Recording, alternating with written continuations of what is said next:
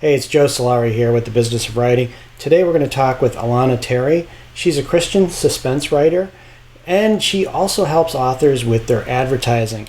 She got into this through the process of working with other authors in box sets and anthologies, and kind of became the go-to person for doing advertising. And I got to know her through her working with me on the business side of her business, and thought that she's got some really valuable information to share with other authors. So we're going to go through some of her ideas today on how to stack up advertising with the different advertising platforms and when they're appropriate for different authors. Now, a word of warning, the audio on my side of this interview is pretty bad. I'm sorry about that, but what she has to say is super valuable. So just kind of speed through me if you're hearing it a little choppy, and listen to what Alana says. Her sound quality is fine, and she's really, like I said before, has some great information to provide you. Here we go. Hey, it's the Business of Writing, and today we have Alana Terry with us to talk about advertising. How are you doing, Alana? I'm good. Thanks for inviting me on. Great. So, you have been growing your business for years of advertising and a variety of platforms, and I know that recently that you have started working on these platforms together. It would be a great topic for the folks to hear you talk about and kind of work through how in Rev Christian Suspense this has helped you grow your audience and sell 6 figures worth of books a year. Yeah, it's really neat because a lot of the trainings, they'll say this is how you do Amazon ads and why you need to run Amazon ads, or this is how you do Facebook ads and why you need to run Facebook ads. But really, I see them working very closely together, and we're going to throw in Bookbub click ads to that pot as well. So yeah, like you said, I'm trying to integrate all of these as part of my focus. And so that's what we're here to talk about. Where do you want to start? Well, maybe if you walk through a little bit of history, like what you first started using for advertising. Yeah. You kind of layered these things in. Yeah, let's do that. And then, like, now that you've kind of got this new way of doing things at a kind of a type. Yeah. And let me just start. That's a really good starting point, because I think I'm a big believer in just learning one thing at a time. And once you become a master and an expert at that one thing, then you incorporate something else, as opposed to just taking 20 different things and, trying to do them all. So like trying to be on Facebook and Twitter and Instagram and Pinterest, or, that equivalent, like learn one thing, master it well. So that's what I did with ads. I started with Amazon ads. The biggest reason was because I was very nervous about having to make my own graphics, which I would have had to do for Facebook ads. And so I started with Amazon ads, which I think is a good starting point for a lot of people. What we can do in a little bit, and you can remind me if I get off topic and don't go back here, but we can talk just sort of about, like, given what your goals are, what would be the best ad platform for you to start with. But I started with Amazon because I was nervous about making my own graphics. I also believe, now that I've been able to compare, I think the Amazon dashboard is a lot simpler. It's a lot less intimidating. And, the other nice thing you're going to see with Amazon ads in general is a higher conversion rate. So on Facebook, I'm getting a sale for every, anywhere from 22 to 35 clicks. I get a sale, whereas on Amazon, it can be every 5 to 8 clicks for a sale, because people are already browsing in the Kindle store. And so they're more primed to buy. Mm-hmm. So those are kind of the strengths of Amazon. Simpler dashboard than Facebook for sure. And your cover is your graphic. You don't have to create your own graphics. But then where Amazon gets really frustrating is it is not easily scalable. So once you start making some profit with your Amazon ads, for example, I have a new book that just released. My click conversion is just amazing. It's a single book, but on Amazon ads, like I'm getting a 30 or 40% ACOS, and it's only taking like 5 clicks for people to buy a book. It's a $5 book. The problem is they've only spent like 15 or 20 bucks. So I would love to multiply that by 10 or 100, right? Like I would love to do that, but it's harder to scale with Amazon. And so once I got to where my Amazon ads were kind of up and going, then I invested some of the earnings that I had made from the Amazon ads into learning Facebook ads. That one I would say for sure is a much bigger learning curve. There's more weeds that you can get stuck in. Like Amazon, you just kind of set up and you have a couple choices and you do it. Like Facebook, it's like a choose your own adventure on steroids. Like they give you a dozen choices for everything. And some of the choices are infinite because it can be, well, do you want to target 60-year-olds or 61-year-olds or 60 to 62-year-olds? Like there truly are an infinite number of choices on Facebook, which is great if you want to get super targeted, but it's overwhelming when you're just starting out. And so, Facebook was what I did layer on next. And one thing I noticed is that Facebook and Amazon ads work pretty well in tandem, because the other frustration with Amazon ads is just because you create your ads, it doesn't mean that they're going to turn on at all. So I would say maybe anywhere from 1 in 5 to 1 in 3 of the ads I create just never really do anything. They might show to 22 people and then Amazon never touches them again. But what I have noticed is that if your book is already getting some, what Amazon sees as organic sales, then they're more likely to promote your ads and show your ads. And so sometimes you can have Amazon ads that aren't really doing anything. And then you start a little Facebook campaign over here. So you start selling books. That can sometimes even kick on some of the Amazon ads that weren't doing anything because Amazon's seeing that you have some sales. So that's one way that they kind of work in tandem. And we can definitely talk about the Bookbub ads also.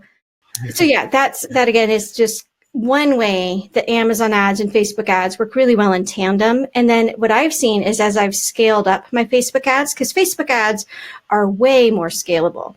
So for example, I can set a $10 a day budget on Amazon and they might spend 20 cents. If I set a $10 budget a day on Facebook, they're going to spend my $10. If I set a $200 a day budget, they're going to spend the $200. So in a way, it's scary because you can lose a lot of money, but when you're ready to scale, it's first, like hands down, the best platform for scaling up. But what I've noticed is that as I've scaled up my Facebook ads, I think what that has done has kicked in more of the Amazon ads. So I've had some ads that have been running on Amazon for over a year, which in some cases is totally unheard of, especially when Amazon ads first got started. They all seems to have a fairly short shelf life.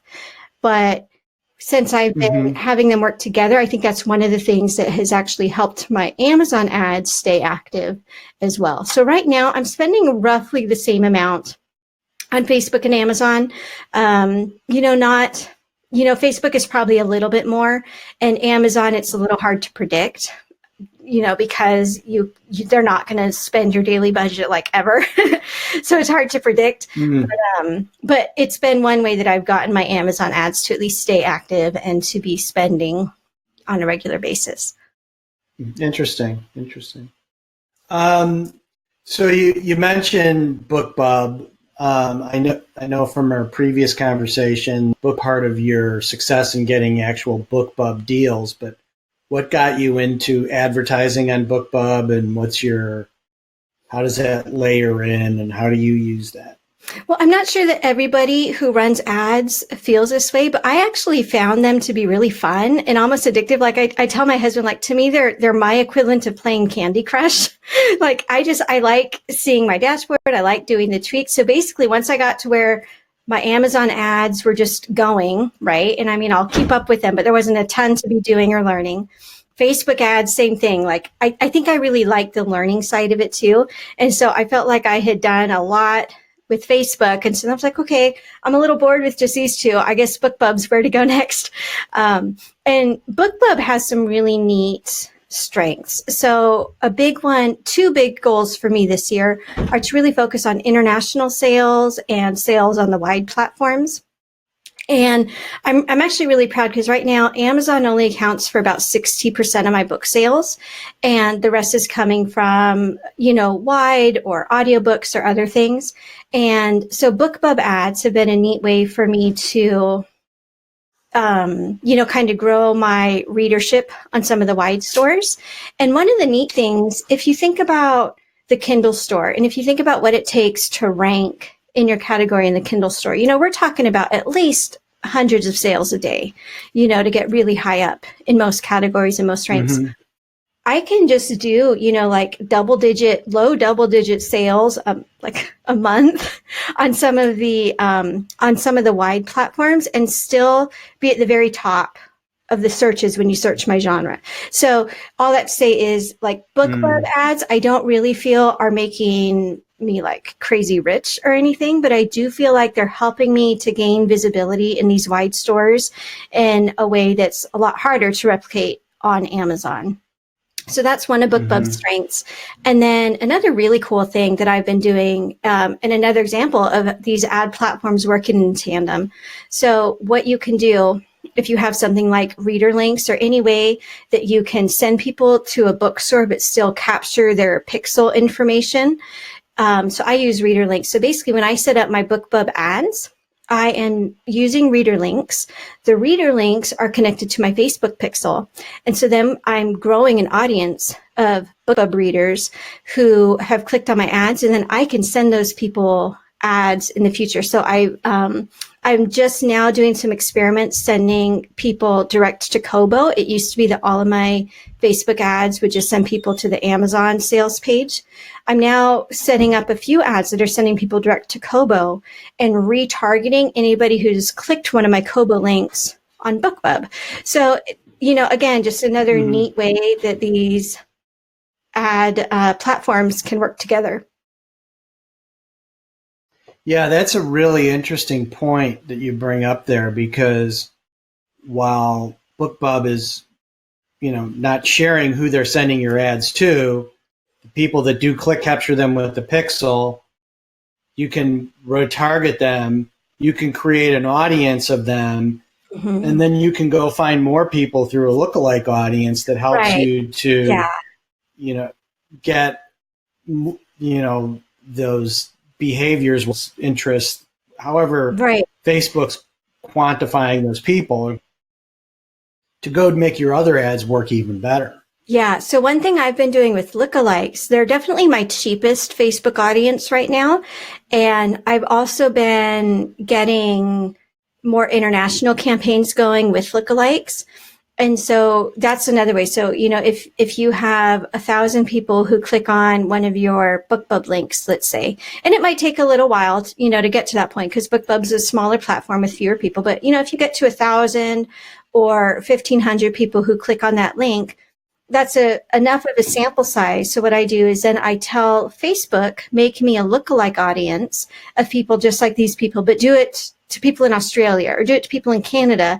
And then I'll run my ads to that group. It's cheaper than targeting by interest, and it seems to be pretty effective. So again, it's a neat way to see BookBub and Facebook ads working in tandem. Yeah, I've used that a fair bit with different things that we've advertised, whether it's books or products. And if you can get that, it almost becomes like its own learning machine, right? Where it does, yeah. And I didn't discover this until fairly recently, but that they're dynamic audiences. And so it's going to, like you said, it's going to keep on getting smarter and keep on finding the very best people to show to. So you'd mentioned about your goals and kind of thinking through your goals and kind of where you are as an author and how that helps you with how you, because I know you're helping people with doing ads, you run courses. And so part of that is helping people understand which is the right platform for them. Right. Of course.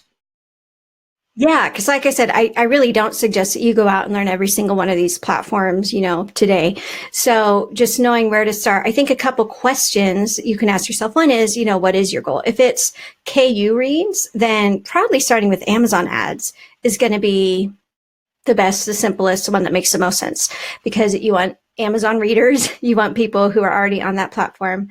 On the total opposite extreme of that, if your goal is wide readers, then Bookbub is hands down the best platform for finding wide readers. And what you can do is you can get super specific. You can tell Bookbub, only show this ad to people who read on Kobo in Australia, who like one of these 3 authors. You can get very specific.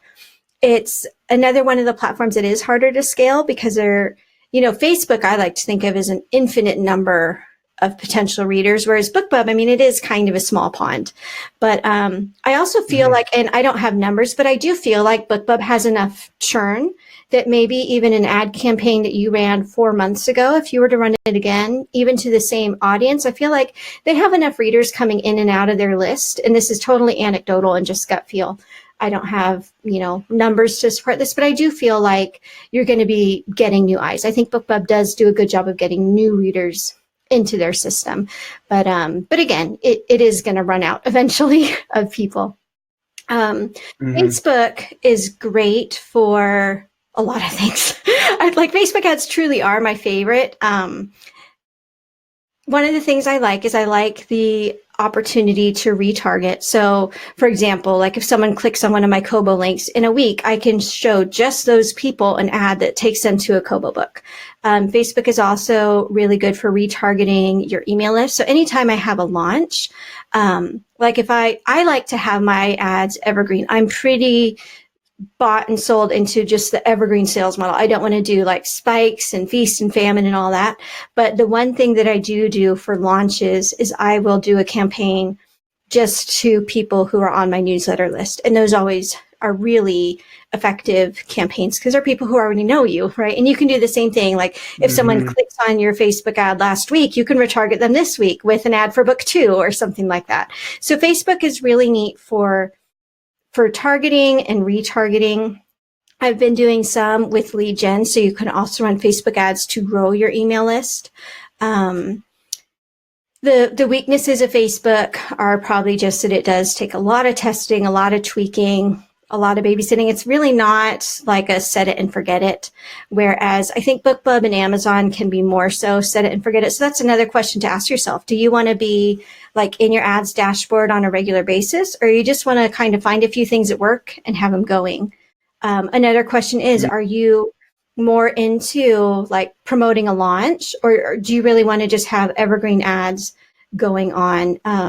Really, any of these platforms are fine for a big launch, but you run them a little differently. So like for Bookbub, I tend, since like I said, I really like the more evergreen model. I want my ads to run for as long as, they stay effective. So what I do on Bookbub is I set pretty low cost per 1,000 impression bids. And then I just let them, they're not going to run through my budget very quickly, but I'm going to get the cheapest clicks. So that works if you're doing evergreen. Whereas if you have a launch or something time sensitive, maybe your book's free for 5 days, you can just bid higher and spend more money for that spike. So that's another question to ask yourself. Just do you kind of see ads? And I think there's a place for both. Do you see ads as a way to just keep your books constantly attracting new readers kind of on a slow and steady scale? Or do you want, hey, I want to focus this week on promoting this one book, and then I don't want to think about ads for 2 months, until my next book is out or something. So for big launches, I would say Facebook would be a good way to do that. Again, like targeting your newsletter list or people who have been to your website lately. It's good for that kind of thing. Whereas, Amazon is probably the one that's least conducive toward big launches, just because it is so unpredictable how they're going to spend your budget and which of your ads are going to turn on and things like that. So I would say Amazon is more on the end of find things that work and keep them running for a long time, and not something you can rely on, like run this ad on Amazon from Tuesday to Wednesday, and Amazon's like, nah, I don't feel like it. Could you share, you mentioned Evergreen several times. I know you take a longer approach in your business. Unpack that and talk about what you mean by Evergreen, how that influences all the different parts of your ad. I assume it's not just when and how you're running them, but the copy and imagery. Okay. Right. So I like to find ads that I know can serve me for, a year or more. So let's talk about Facebook. This is where my ads tends to, they can run for a really long time. So for example, if I had a new release and I really wanted to focus on a big push at launch, my copy would look a lot different. It would be, this is a new book. This is, 99 cents this week only, like that kind of language. Whereas what I do is I try to find things that aren't price specific, so I can have the same ad going, whether my book is on discount or full price. And that really what I've gotten into the copy side of things is really emphasizing the reader experience and the story. So I actually don't love, even if my book is on sale or something, I don't love emphasizing like a 99-cent book because it's 99 cents. Like what I want is for people to be so intrigued because it sounds like such a good story that they want to go buy it regardless of the cost. And when they get to the sales page and see that it's 99 cents, wow, what a good bonus. Like I'm doing a lot less with 99 cents right now, just across the board, because I'm more into just the evergreen model of, I want, this came about because I did a BookBub deal for book one of my most popular series, and that book was 99 cents. I kept it at 99 cents for a whole month and ran a bunch of ads to it. And like the good news was up to date. Like I think that was my very first 5-figure month. So that part was cool. Like I was like, yay. This was a little over a year ago. That was exciting. But then when I calculated my read through after, it was pretty dismal, So for example, when book one is at $3.99 and so are all the other books, my read through is about 45% from book one to book two. And then it just gets higher as the series goes. When book one was at 99 cents, the read through was like anywhere between 2 and 5%, like definitely below 10% read through. So it really didn't I got that big sales spike and I got my first 5-figure month, but the read through didn't carry through the way I would have loved for it to. And so, the evergreen model definitely comes out in my copy, in my pricing. That's why I don't do 99-cent launches in general anymore or things like that. And even when I do, I really, in my ads, I really emphasize that, I don't mention 99 cents in the ad copy for 2 reasons. Because I want to be able to use that ad no matter what price the book is at. And also I want the book to sound so good that people are going to click it because they want a good book. I think some people, if you emphasize the price point so much, then it sounds like that's the only thing your book has going for it. Right. And so I feel like, you sometimes sell yourself short. And that's another mindset thing. Like if you think the only way to get a reader to try you out is to have your book free or 99 cents, that can come across in your copy, like to be very exaggerated. Hopefully not to the point of offending people, but the very exaggerated can be like, guys, I know I'm a brand new author. I know my cover isn't the best, but hey, this book's only 99 cents. You should get it. That kind of insecurity can come out. And so that's why, again, I'm moving away from, making, for years, that seems to me to be the only way to get noticed or to get these sales spikes. And I'm not into the sales spikes anymore anyway. I would much rather have just the steady growth. And so that's in my pricing and my copy, the evergreen mindset comes out. Yeah. Well, also kind of on that pricing component, when you're at 35 cents on a 99-cent book versus 70% on a, what you said, like $3.99. It's like you have to sell 8 books. Exactly. Yeah. To get 1 book. So the volume isn't really what you think it is. And I think the other thing that I'm observing more is when you think about the number of books that are coming out, there's a lot of noise around 99 cents and sales. Like how many launches are going on right now on Amazon? Yeah. that people are pushing, whether that's promotions actually on Amazon or, the kind of stuff you're talking about. So it's harder and harder for your special deal to get through all the other special deals. Right. So what else with this evergreen idea? Is there a different way of running ads or different strategy? I would say so. Again, it's just taking the slower approach. I mean, if you gave me a $5,000 budget and told me to, make a bunch of Facebook ads and sell a bunch of books, like I could do that and Facebook could spend my money in a week. Like that wouldn't be hard to do. But I'm just more interested in having, not having the peaks and valleys and no, your income can't ever be 100% predictable. I mean, that would be sure nice if it was, but more predictable than, people who are just relying on, one Bookbub featured deal a year or something like that, for their biggest sale month or something. It's got to come from Bookbub or it's got to come from this new book I'm launching. I just really like the idea of steadily finding more and more readers and doing it in a way that's sustainable, like that, dumping $5,000 into Facebook ads in a week. That's not at this point for me sustainable. I know some authors do have that kind of ads budget, so I've just been steadily growing my ads budget and it's taken quite a while. I've been at the ads for about 2 years and my mindset always was, the profit that I earn from ads, I'm going to put back into running more ads, so that I can keep going. So I'm up to anywhere from I'm probably averaging $6,000 in ads a month, but it took a long time to get there. And it's probably going to take, a long time to get to 12,000 a month. And so I'm just more interested in the steady growth side of things and just kind of reinvesting and letting them, grow more organically. If you think about, some of the advice you get for the Amazon sales rank, I think about it kind of like that. Like I don't really play the algorithm game too much. I just figure, I want to sell books, but I'm not, what's my rank? What can I do to make my rank great? But, everybody who follows the Amazon algorithm says that consistent sales over a long period of time are way better, than a single spike. And I've definitely seen that too, especially even in things like read through, like I mentioned that Bookbub deal with book one at 99 cents and the read through just wasn't amazing. I would much rather have things at a higher price and just, again, consistently be adding new readers each month, consistently having my revenue grow each month, as opposed to having 2 huge pushes a year and then sales almost are totally dried up, by the time you get off that tail. Yeah.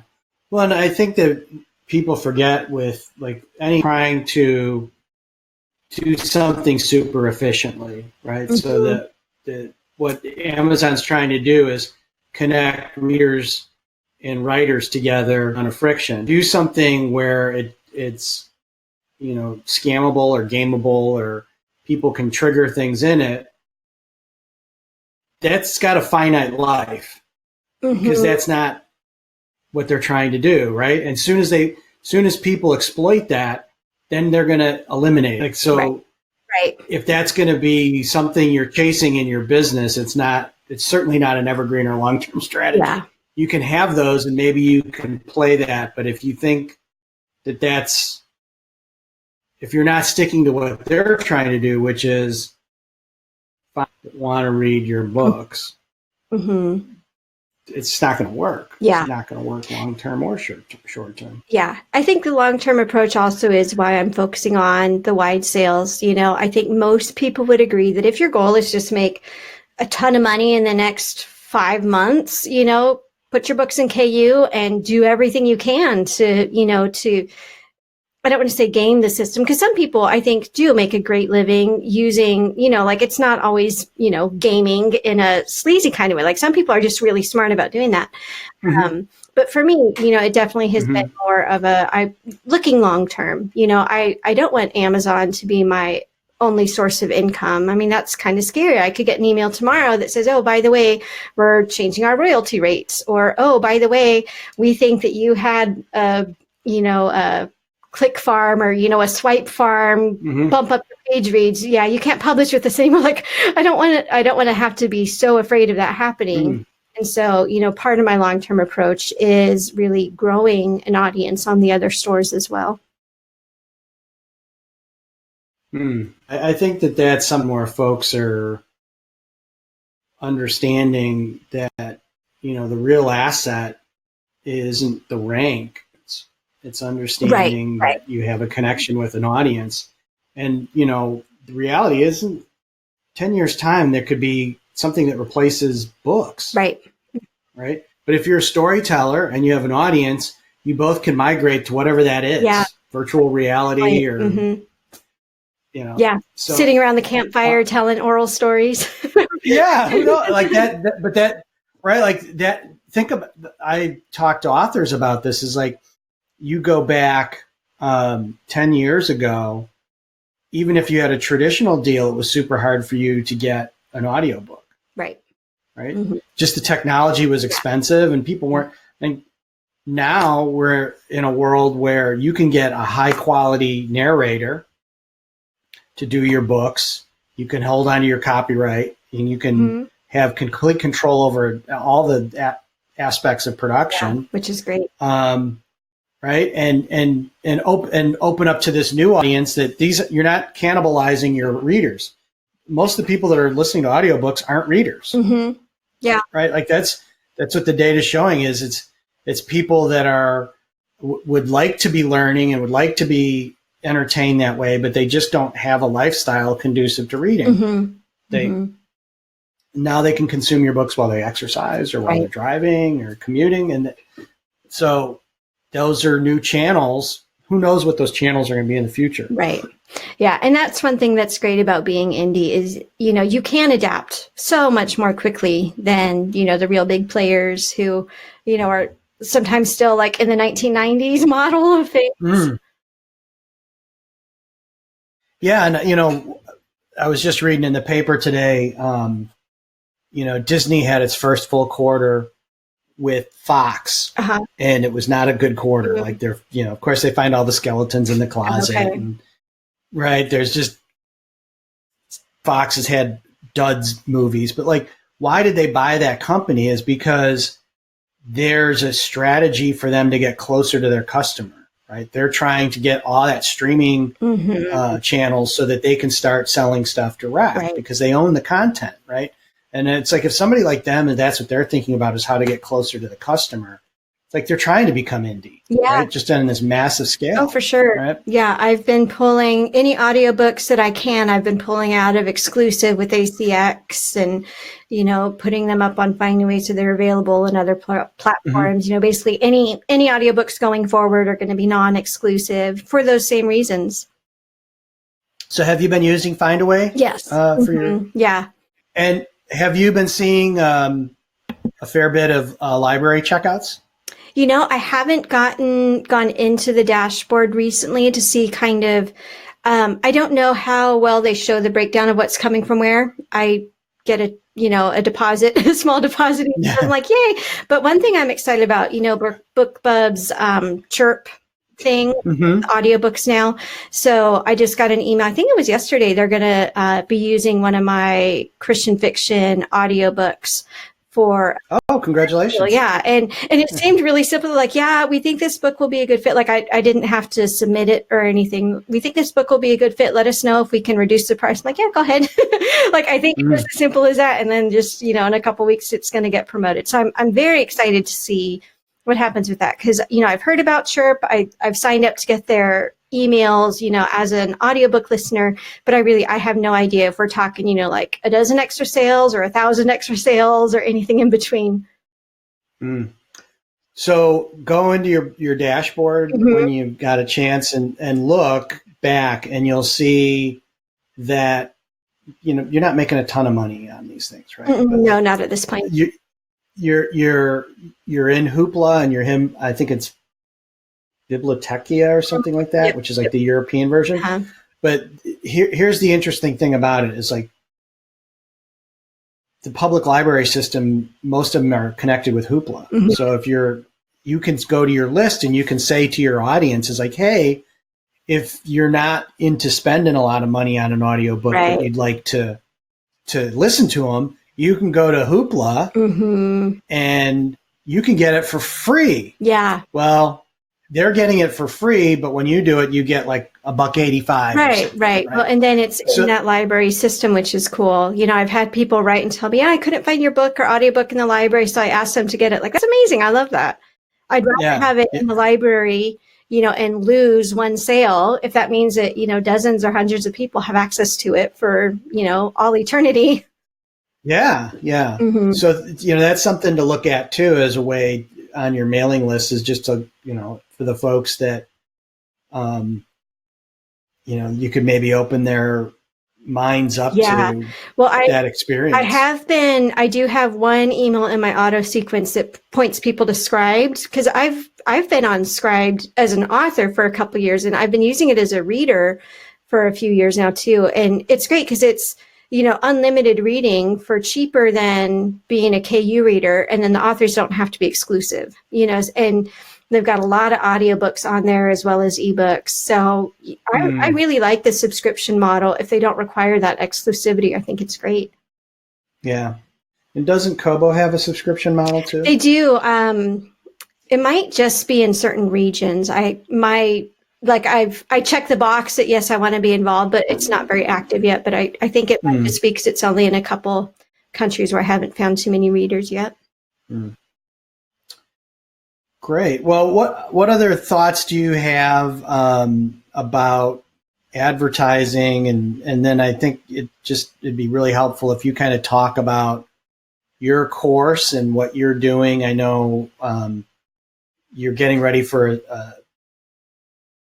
with your course. So it's not only do you have recorded stuff, but you actually have live, active lessons. So I know you're getting ready for one of your class cycles. Maybe you should talk about that a little bit. Yeah. So I've got a series called the Author Ads Experience. And what students get is 3 of my courses that cover the 3 ads platforms we've just talked about. So it's a course on Facebook ads, a course on Amazon ads, and then a course on Bookbub ads. So you get the walkthrough and the pre-recorded videos to do, you know, at however fast or slow you're comfortable with at your own pace. But then it also incorporates 3 months of live trainings, you know, because that's the problem with teaching ads courses when it's pre-recorded, is like you record it on Tuesday and by Friday the platform or dashboard have changed. You know? And so this incorporates, you know, regular live training sessions as well. So I'm really excited. This is kind of our beta version. So I'm getting, like you said, I'm getting geared up for that. The enrollment's open. Probably easiest, Joe, if you just want to drop the link in the description or something. Yeah, I'll do that. But yeah, that's the Author Ads Experience. And then if you miss the enrollment window, you can also just get the ads course library, which is those 3 courses that I mentioned, at a discount. And, you know, it doesn't have to include the live trainings if you happen to not, you know, get the link in time to join that. And then that, if I sign up for the library, I have that with all the updates. And exactly. You have that. You've got the updates. You know, I think eventually it would be cool to, you know, have more of the live trainings. I'm hoping that this does turn into like a regular cycle of things, you know, these 3 months. Like I said, we're opening up for kind of the beta adventurers, but I'm really excited because I found that I like being helpful. I like teaching, but also I find, and this is the selfish side of it, I find that I get better at doing ads when I'm walking others through it too. You know, and writing can be kind of a solitary thing. So it's also been a neat way to just kind of build community. So I'm really excited about getting this up and going. I never would have thought of myself as like a marketer, either as somebody who teaches others how to market or even just marketing my own stuff. Like I was insanely shy growing up, you know, all of these things that wouldn't have made sense. Like anybody who knew me in high school would be like, I can't believe she's doing this. Like nobody would be surprised that I'm a novelist. Like everybody would be like, oh yeah, that makes total sense. But you know, the fact that I'm like I love running these ads. I love diving into the data. I love seeing my numbers grow. I like making money, and I like helping other people get that same kind of excitement. It's been a fun journey for me too, just personally. It's a path I didn't expect to go down, but it's been really fun. Mm. And how did you, and you mentioned, I think it's kind of good to cover, is like you kind of decided to start teaching this because of you were running ads for groups of authors and anthologies. And Right. So I've been in a lot of multi-author box sets and anthologies, like probably a dozen or so. That's another reason why when you ask me exactly how many books out, it's hard to answer, because some of them are, in these multi-author sets, like there's not an actual paperback version that I can, put up on a shelf.